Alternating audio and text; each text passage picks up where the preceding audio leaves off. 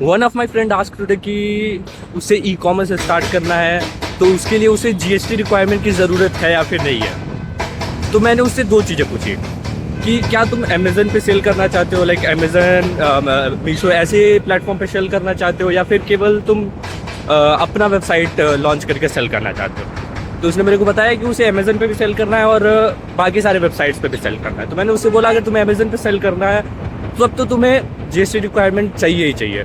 बाकी जब तुम्हें अपने वेबसाइट से सेल करना है तो वहाँ पे तुम्हें जीएसटी रिक्वायरमेंट की ज़रूरत नहीं है। देखो सिंपली समझो कि कस्टम्स एंड जीएसटी लॉ 2017 के अंडर टोटल 3 सेक्शन है जो इन सभी चीज़ों को कवर करती है। Section 22, section 23 and section 24। Section 22 कहता है कि नॉर्मल आप कोई भी बिजनेस कर रहे हो उसमें कुछ थ्रेशोल्ड लिमिट्स होती हैं।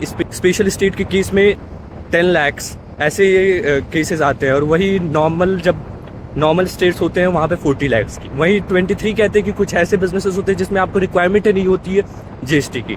वही सेक्शन 24 कहता है कि आप कोई भी बिजनेस करो लेकिन उसमें रिक्वायरमेंट है जीएसटी की। अब इस केस में जैसे ई कॉमर्स की बात आती है तो ई कॉमर्स में आइदर आप अमेज़न पे सेल करो या फिर बाकी सारे पे सेल करो, तो वहाँ पे जीएसटी रिक्वायरमेंट की ज़रूरत पड़ेगी ही पड़ेगी, क्योंकि उस केस में आप वहाँ पे मल्टीपल सेलर्स है।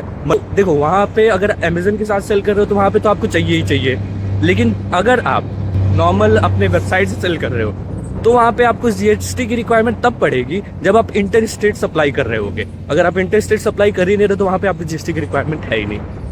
तो यही था सिंपल सा कॉन्सेप्ट।